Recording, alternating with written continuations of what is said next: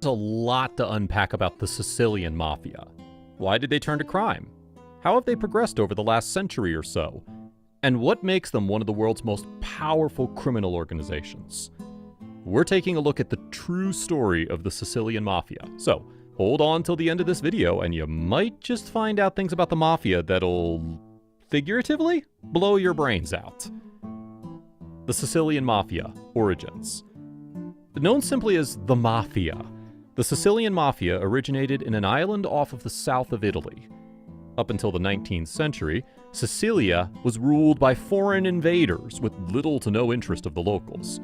Their harsh mistreatment of the people of Sicily was what banded them together against the invaders. Thus, the Sicilian Mafia was born. Originally, the term mafioso was used to refer to someone willing to stand up against authority. Then, around a few decades later, private groups formed in Sicily that exonerated money in exchange for protection, a birth of criminal connotations associated with the Mafia. Also known as Cosa Nostra, with cosa being the word for family, is an Italian mafia terrorist organization involved in organized crime. The Mafia is, however, not a completely composed organization. It's a loose association of criminal groups based on the same code of conduct, the omerta. We'll talk more about omerta later on.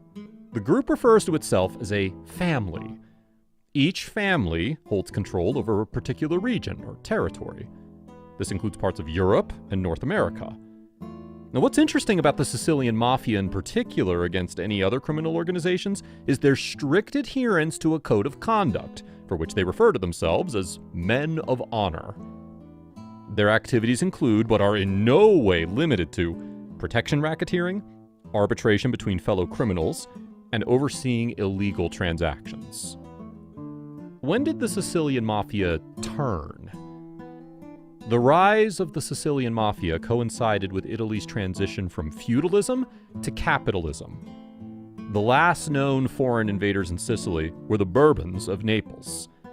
The nobility owned much of the land, and when they decided to retreat, they did so by selling off land to private owners.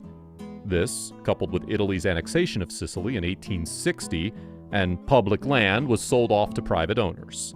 The number of landowners in Sicily grew dramatically. But the barons had left without any proper designation of authority in the region, and Italy was itself in a transitional phase of authority, so to speak. The lack of authority, plus the growing disputes in trade, land, and contracts, led to criminal impunity. In a last-ditch effort to counterbalance bandits and thieves, landowners employed former bandits themselves. They called these men companies at arms. These men were recruited to bring back stolen property, negotiate with criminals, and carry out what is now seen as organized crime. While the Italian government soon stabilized itself and attempted to regain control over the east of Sicily, they were faced by resistance from the men of these companies at arms, who had, by then, banded together to resist governmental rules and regulations. Why? Well, simply put, the way of organized crime proved to be mutually beneficial for both the employed men and their employer. Settling with police forces would have meant abiding by a common code enforced by the government, and the Sicilian Mafia wasn't looking to do so. What is omerta? It's important to understand that the Sicilian Mafia doesn't operate as a single unit per se. The organization is a collective of loosely banded groups that work in association with the Sicilian Mafia. Well, then the question is, what bands these groups together? What unites them? The answer? Omerta. Omerta is a southern Italian code of silence, honor, conduct, and brotherhood. The code dictates that silence stays above everything else when being questioned about the mafiosa. Omerta also refers to non-cooperation with authorities working to dismantle the mafia. The origins of the term, however, not Italian. The word probably comes from the Spanish hombredad, manliness.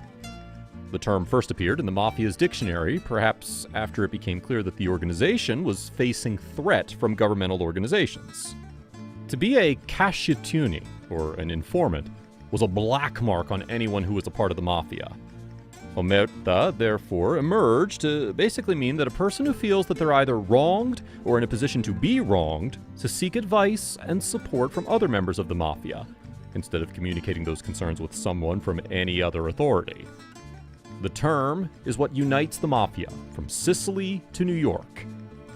It's also noteworthy that the mafia originated as an extra-legal entity, which only makes sense for it to remain such when there are matters within the mafia itself.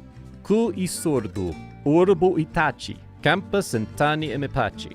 He who is deaf, blind, and silent will live 1,000 years in peace. When did the mafia turn to drugs? Today, the Sicilian Mafia isn't known for trading in livestock, citrus, and sheepskins. They're known for a different and very particular kind of trade: drug trafficking. The Sicilian Mafia wasn't originally focused on drugs. Although drug-related activity might have been going on, it was at a smaller scale than what is today. And certainly the Mafia was known for many things, but drug smuggling wasn't one of them. It wasn't until Mussolini's fascist regime tried to overthrow the Mafia that they fell in numbers. His tenure was marked with a sharp decline in Mafia-related activity. Not particularly because of an overrule with an honest government, but a fascist one for Mussolini's own gain. Then, the communists took over, and landowners were asked to sell off their lands to private entities or the government. By force or their own will, these landowners sold them off to the Mafia. Interestingly so, the Mafia offered double what the government did. But by this time, trade with agriculture and its products hadn't been booming as much as it had before. This period was concurrent with another period, the rise of drugs and narcotics. It all began in the mid-1900s when the government in America started a crackdown on cocaine usage in the area.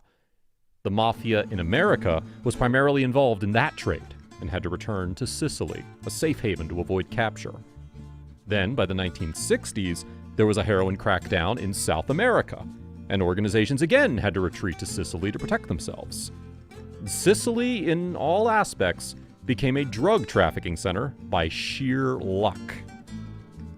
Is the Mafia operating today? Is the Sicilian Mafia currently operating? Yes, and very successfully so. The Sicilian Mafia is said to generate close to $20 billion in revenue every year. The Mafia has a strong hold on much of the world's drug trade and other exoneration acts occurring mostly in Europe and North America. They are known for their disregard of governmental institutes and instead abiding by their own code of conduct. The world of organized crime isn't all suits and cigars. It's a brutal world filled with murder, extortion, and unlawfulness. That's all for today's video on the true story of the Sicilian Mafia. What do you think about the Mafia's stronghold in Sicily today? Do you think the Mafia is only growing stronger by the day? Be sure to let us know in the comments down below. And as always, be sure to like and subscribe for more content. We'll see you back soon.